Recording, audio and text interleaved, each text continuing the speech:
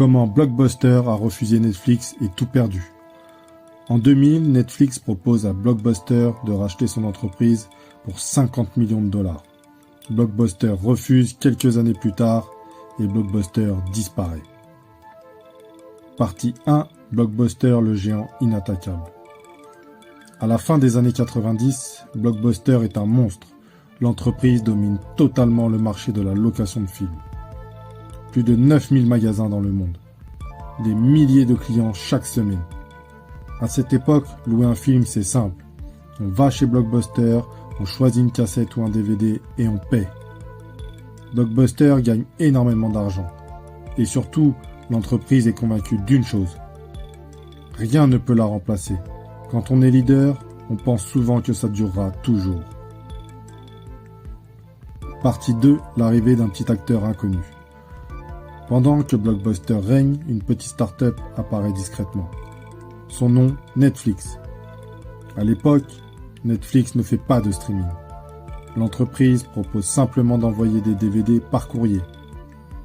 Le concept est simple. Pas de magasin, pas de déplacement, pas de pénalité de retard. Mais pour Blockbuster, cette idée est ridicule. Qui voudrait attendre un DVD par la poste alors qu'un magasin est juste à côté ? Netflix est vu comme un gadget, pas comme une menace. Partie 3, l'erreur fatale. En 2000, Netflix est en difficulté financière. Ses fondateurs approchent Blockbuster avec une proposition claire. Racheter Netflix pour 50 millions de dollars. Pour Blockbuster, c'est presque une blague. 50 millions, c'est une somme dérisoire pour un géant comme eux. Les dirigeants refusent. Ils ne voient aucun avenir sérieux dans ce modèle. Leur raisonnement est simple. Ils ont les magasins, ils ont les clients, ils ont la marque. Pourquoi changer ce qui fonctionne ? Partie 4. La chute de Blockbuster. Le problème, c'est que le monde change. Internet progresse. Les habitudes évoluent. Les clients veulent plus de simplicité. Netflix s'adapte. Blockbuster, non. Quand le streaming arrive, Netflix est prêt. Blockbuster est en retard. Les magasins deviennent un poids énorme. Loyer, employés, stock. Les pertes s'accumulent. Les fermetures commencent.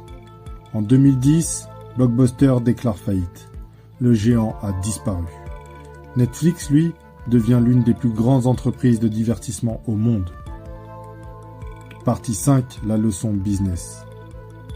L'histoire de Blockbuster nous apprend une leçon fondamentale. Être leader aujourd'hui ne garantit pas d'exister demain. Refuser d'évoluer est souvent plus dangereux que de prendre un risque. Blockbuster n'a pas perdu face à Netflix, il a perdu face au changement. Et en business, une règle reste vraie. Ce n'est pas le plus grand qui gagne, c'est celui qui s'adapte le plus vite.